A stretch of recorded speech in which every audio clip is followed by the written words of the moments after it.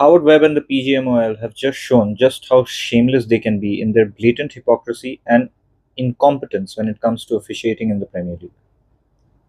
In the latest episode of his show with Michael Owen, Webb defended VAR overturning a penalty awarded to Arsenal by saying this. It looked like the referee took a little bit of convince and he had a good look at it at the monitor, which is absolutely fine.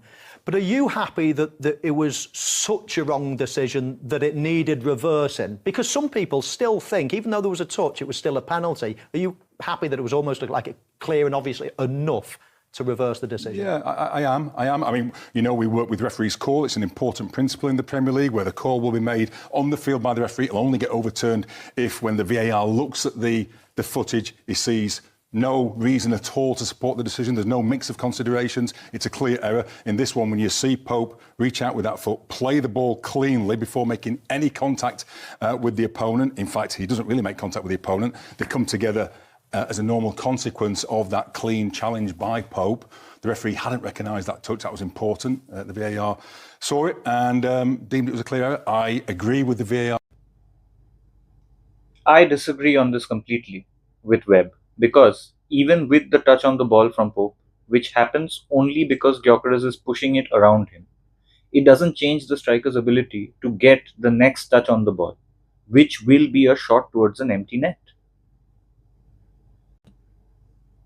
And on the off chance that Gyökeres can't get there, Saka is right there behind him to follow up on that ball, with no defender close enough to him to stop it. Meanwhile, this is how Howard Webb justified a penalty being awarded against Arsenal last season for a similar incident. Pedro, that touch on the ball that you're referencing, Michael, doesn't negate the possible award of a penalty. We've seen other examples of where the ball might touch a player, touch a defender. There's still heavy contact on the follow-through, and it's a penalty. So it's a late contact by a player who hasn't played the ball himself. The ball's touched him, but he's not played it. And Pedro goes down in the penalty area. So when you break it down in that way, it's a foul. And Howard Webb also says that the referee's decision is normally what is followed until and unless there is a glaring error which forces the VAR to intervene. If the error was that clear and obvious that VAR had to intervene and re-referee the game, then why did it take 5 minutes for that decision to be reached? That right there shows that it isn't clear and obvious. Not enough that you can just go to a screen and immediately change your mind. But then I find myself wondering, why am I even surprised? Because this is the same person who doubled down on Miles Lewis-Kelly's red card against Wolverhampton Wanderers last season, which had to be overturned by an independent panel. It was that egregious an error. This is an incident from 1 week ago, where Bryan Mbeumo pushes the ball past Robert Sanchez. Robert Sanchez gets a touch on the ball, but he then clatters into the striker. If not for that contact, Mbeumo is running through onto the ball with his next touch, and he's probably having a shot towards an open goal. This was given a red card and a foul. Now, I'm not asking for Pope to get a red card because it's in the box and double jeopardy rules apply. Fair enough. But make it make sense. And this is the issue that I have with the Pgmol, because the officiating is so inconsistent from 1 week to the next that there is literally no way the fans can have any faith in your officials or your officiating. We are only 6 games into the season, and already there are countless different incidents that the VAR and the referees have got wrong, which should be rudimentary and easy for any competent referee. It doesn't happen in any other league. It doesn't happen in the Champions League.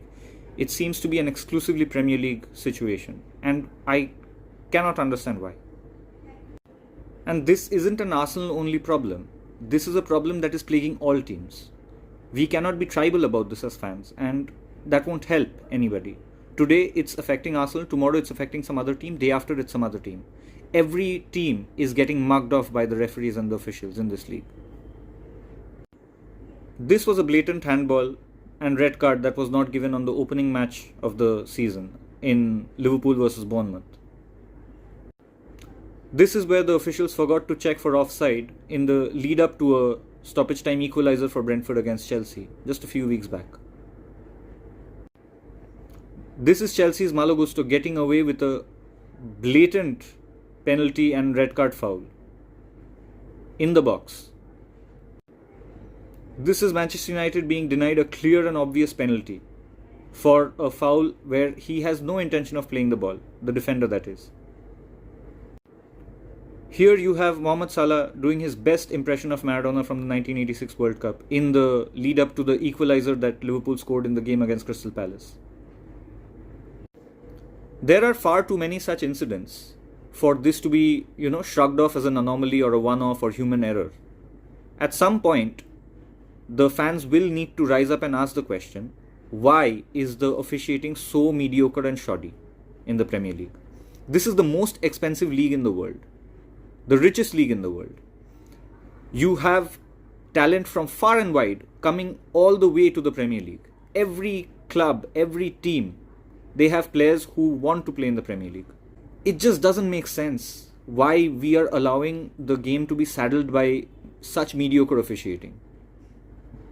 Why can't we have a situation where we import referees and officials from better leagues, have Champions League standard of refereeing at least, so that it's at least consistent?